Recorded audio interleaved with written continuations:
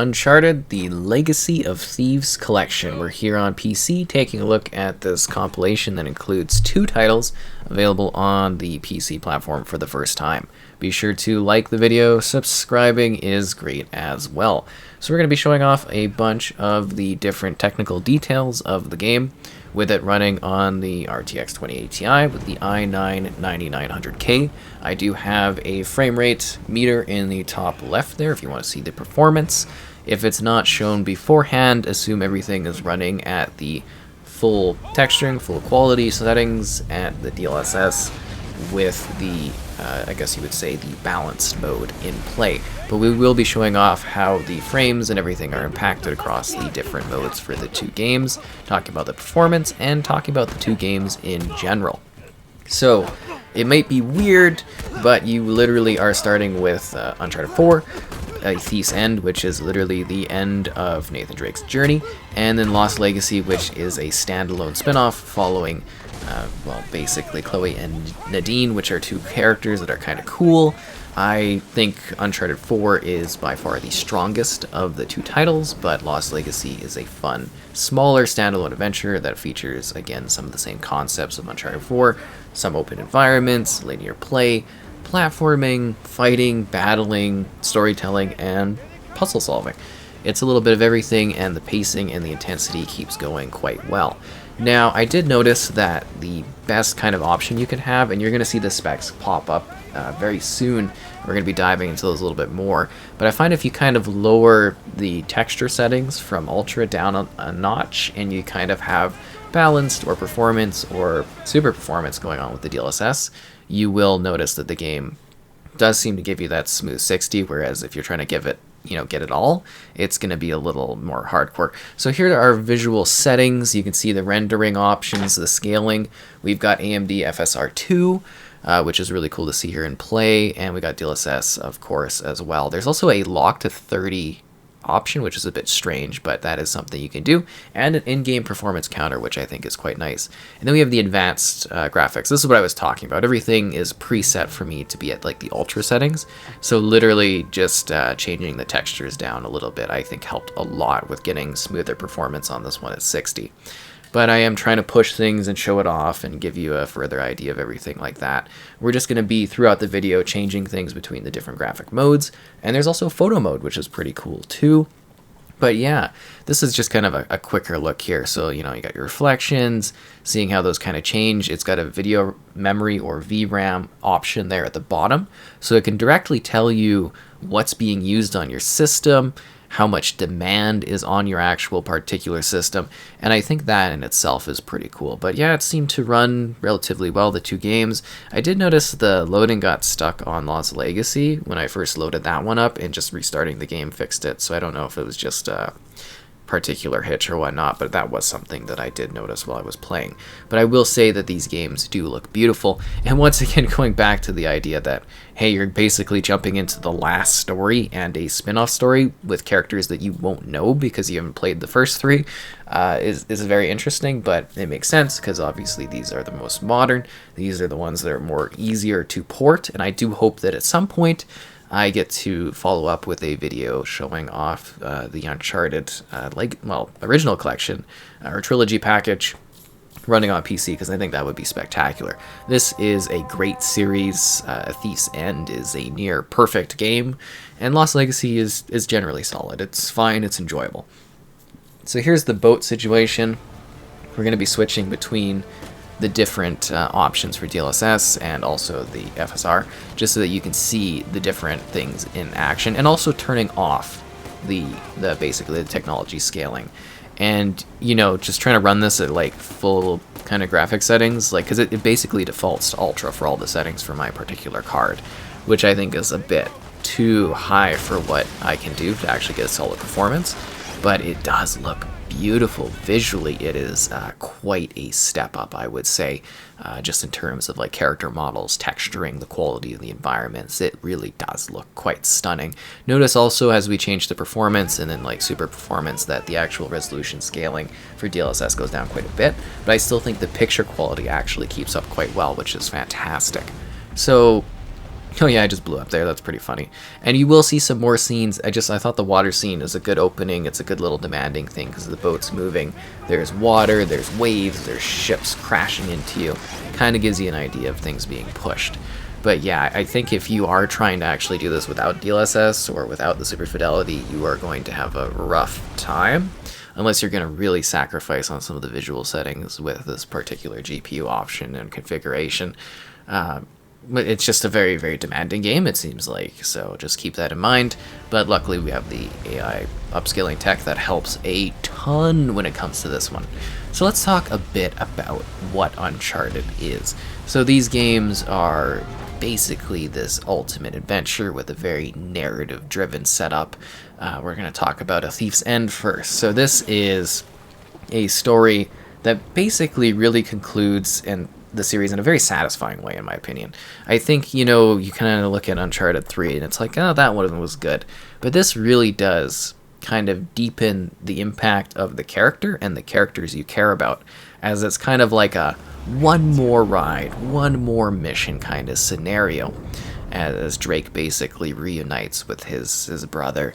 And then, you know, it's a bit of a, you know, they're kind of a family at this point, some of the secondary characters in combination with our lead here. That being said, a couple characters that he does kind of know from the trilogy aren't really part of this one, and hence kind of the standalone spin-off.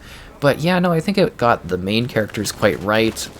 And it was kind of cool. You'll see I'm using a combination of, you know, at times the mouse and the keyboard, and at times I am popping up the Xbox controller too, which is nice. And yes, it does run quite well with the Xbox controller. Here I'm just like, what is it asking? It's shift. I don't know why I was having problems with that. It says like L on it. I was like, what? And it's like, oh, it's left shift. Duh. But I'm also sitting here switching different graphical options. Here's the key bindings and then the controller options too. Will be shown in a sec, just like what you can tweak when it comes to controls. Yeah, the controls right here. And you can see all the different sensitivities, because I'm trying to show you all the different like specs and customization options that are present so you get an idea of just what this offers. Like, it seems to actually be a pretty good PC port, I would say, overall. Like, there's quite a few settings. You do get a decent amount. It doesn't quite seem like as crazy as I would say maybe God of War, from just remembering that one. But I mean, you do get all the resolution scaling tech. You do get the render scaling. You do get all these resolution settings. So, I mean, there is quite a lot that you can actually play around with and change and tweak when you're going in here. And once again, just like, you know, turning that texturing down from ultra just like literally to high, and then having DLSS on at like balance seemed to be pretty smooth 60 when I was playing it. And even here you can notice that it's like, it's getting close, but it's not quite there on the different settings. But I'm trying to show you just how demanding different sequences are, different setups are, so that you can get an idea of like, hey, what can I push on this card? What can I get? And if for whatever reason you want to cap it off to 30, that is, you know, that's an option that's present too within this, right? So you get all those different options. And then there's a bunch of accessibility choices too. You know, Sony, PlayStation, they've been really good with that for their first party titles, you know, the most recent ones, and also getting those on the PC port, which is kind of nice. But yeah, this is just like a really, really good game. Uncharted 4 is just absolutely fantastic. It's a lengthy story, like it actually is very chunky. You get to do a ton of different scenarios, whether or not that's like straight action combat. Like, the combat in the series is really cool because it feels visceral, it feels fast, it feels intense. Like you're moving in, you're combating, you're smashing, you're hitting people. You know, you're really, really making a mark on like the scene too, because there's like little bits that are like destructive and, you know, stuff like that. I think is really, really quite awesome in this particular series. I think they do a good job with that.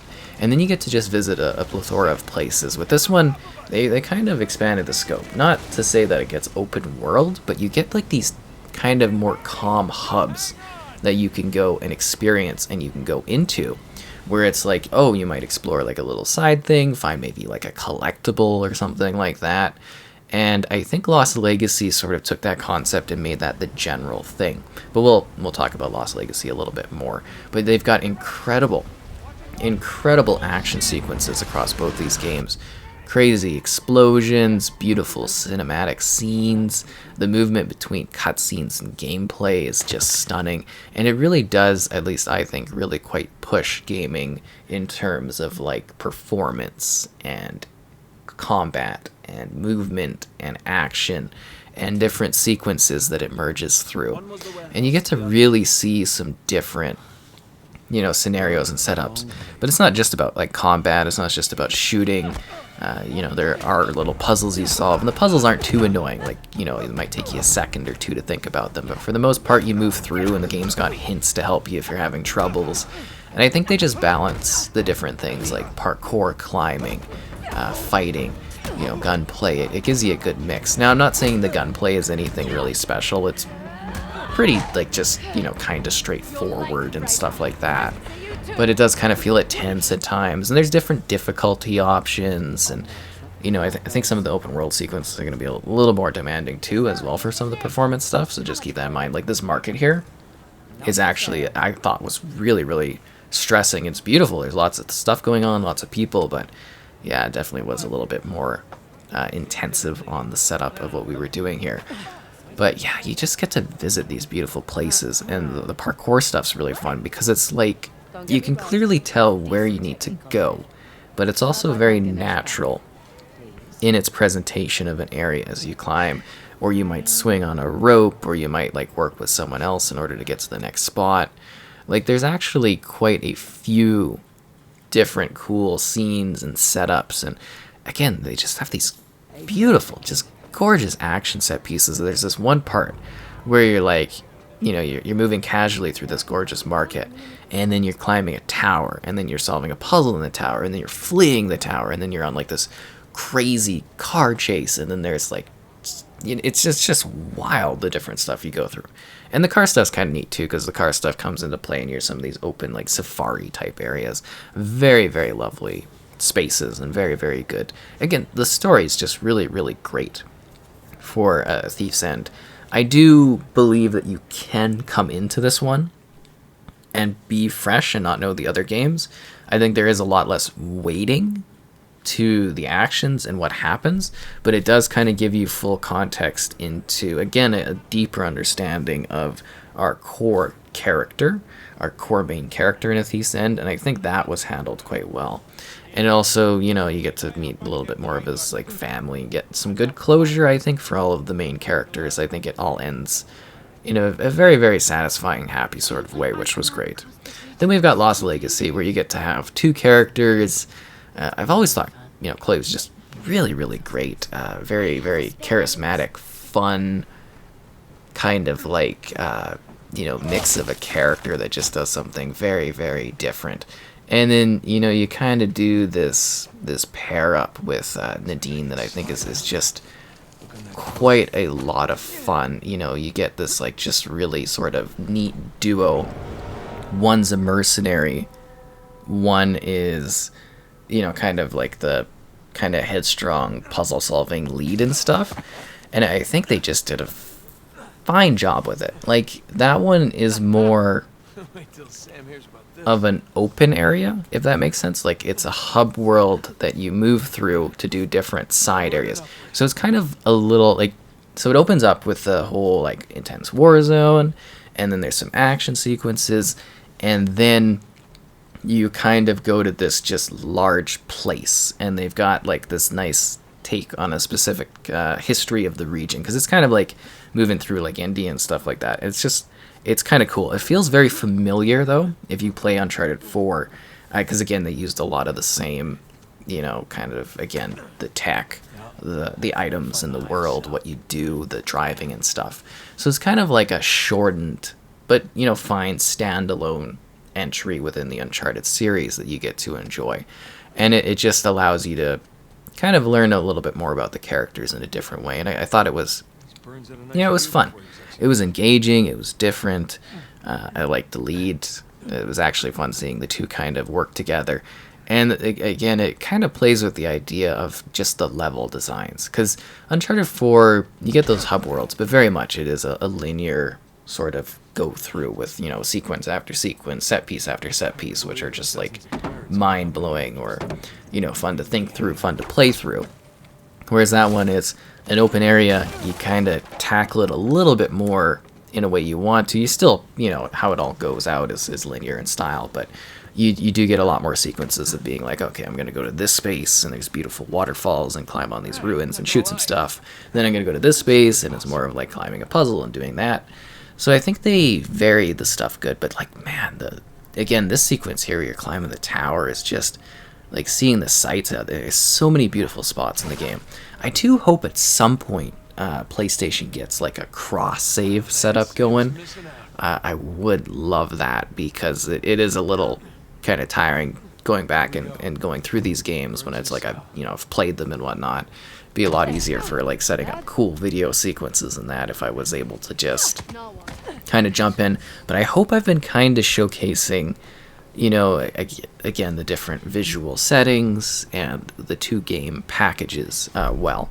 I do definitely give strong preference to, you know, the Thieves End, but I do think Lost Legacy is a fun extra adventure. If you really like Uncharted 4, you will enjoy that one. You won't think it's necessarily the same setting, and it's still got, you know, similar themes and similar set pieces, but it's still a fun little side adventure. I should also mention there's the ultra-wide monitor support and stuff, which is nice, and, you know, it just seems like another really good but pretty demanding PC port from PlayStation, which is really, really great. I mean, I'm just really happy that we're seeing these titles become available on the PC platform. It just gives a lot more choice and setting and customization and personalization for you to enjoy these games if you haven't been able to in the past. It is weird to jump in here and be playing the fourth entry, but I still think it's really, really rewarding. You know, I do actually think value-wise, even if you are just wanting to play Uncharted 4 out of this package, it's well worth it. But, you know, you get two nice games settled together here. So I hope I did kind of balance, you know, performance and gameplay, and also talking about the story of the game too, so that you can get an idea of what it's like. It's just, it really is quite a gem of the PlayStation library, the Uncharted series. I hope once again that at some point down the road, you know, people will be able to enjoy the whole franchise on PC, but I'm also assuming that might require them doing some more heavy lifting, like maybe even remaking, say, the first title. I think that one, when I replayed it, was definitely not, didn't age the best. Uncharted 2 is spectacular. I also really liked Uncharted 3 as well, but yeah, I think they would definitely have to do a lot more in-depth work. It would be cool just to have as is, but I would assume that, like with some of the titles they're doing with these, you know, these PC ports, that they would want to do more of a in-depth reworking of those particular titles, just to get them kind of running all more naturally together, if that makes sense.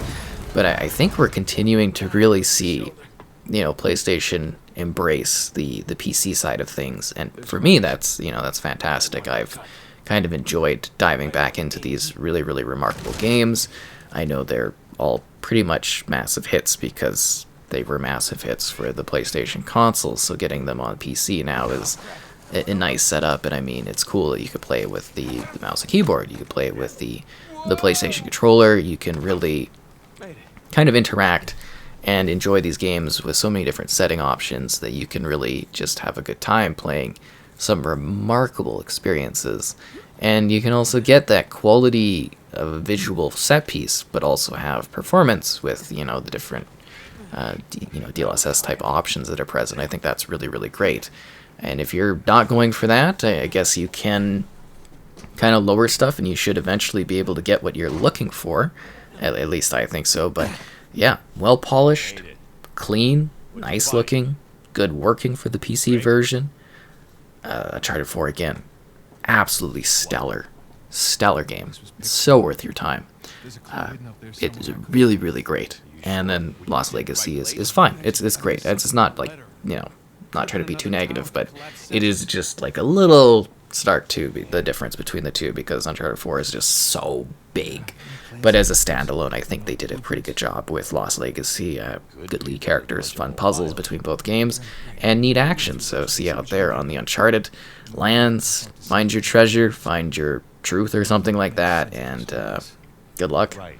I'll look through the files. Turn around.